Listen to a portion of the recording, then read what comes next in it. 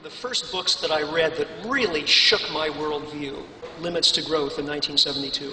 And I suddenly realized that the world was going to change profoundly, that the world in which I had been brought up, that all the expectations that I had developed about how the world is, all of that was like quicksand, that it was unsustainable. It could not be maintained into the indefinite future. Young people today are growing up with a similar realization relative to climate change. It alters your entire worldview once you realize that the way we're living right now is a historic anomaly and it can't continue. Somehow, for years and years, I had this conversation in my mind, and the word energy was not part of that conversation.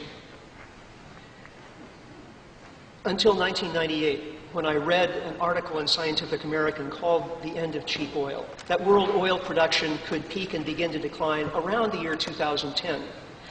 Suddenly, Limits to Growth had an expiration date. Also, this article made me forcibly aware of just how important energy is to our modern way of life. This chart here has some red bars.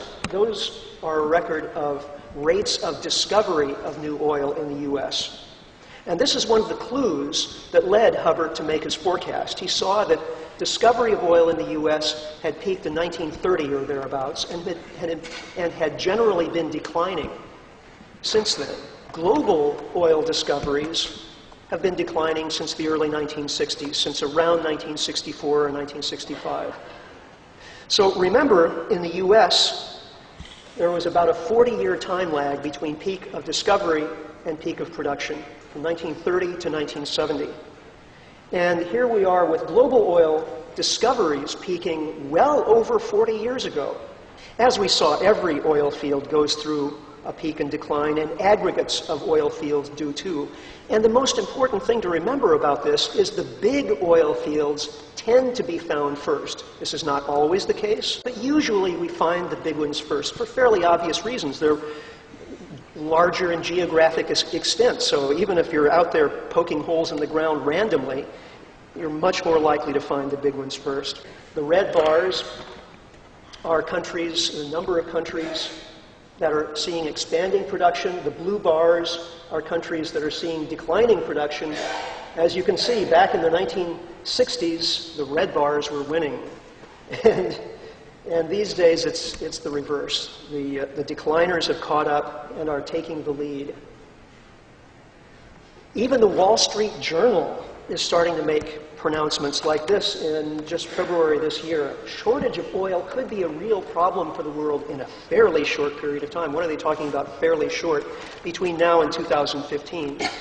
And the UK Industry Task Force on Peak Oil and Energy Security reached a similar conclusion. This is a task force headed by people like Sir Richard Branson, the CEO of Virgin Airlines. These are not environmental wackos. These are some of the major industrialists of Britain who have come together to warn the British government about a problem that the British government, up to this point, has been completely ignoring, saying that peak oil will not be a problem anytime soon.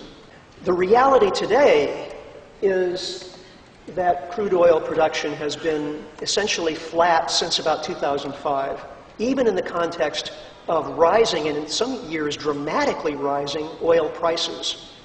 Now, simple economics 101 would suggest if oil prices are rising, countries that produce oil are going to want to cash in on that fact and bring as much oil to market as they possibly can. Well, it didn't happen. During those years from 2005 through middle of 2008, even as the price went up to almost $150 in US dollars per barrel in July 2008, actual production barely budged in response. The International Energy Agency, or IEA, has recently come forward to say that non-OPEC crude oil production could peak by 2010. Now take a good look at this graph. Non-OPEC crude oil production peaked in 2004. That's 6 years ago. And now the IEA is just getting around to telling us that it might happen this year.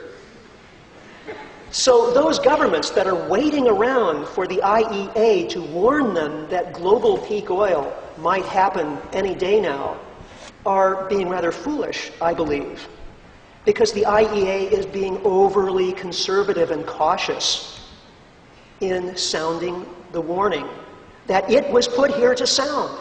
As recently as 1998, the price of oil was $12 a barrel.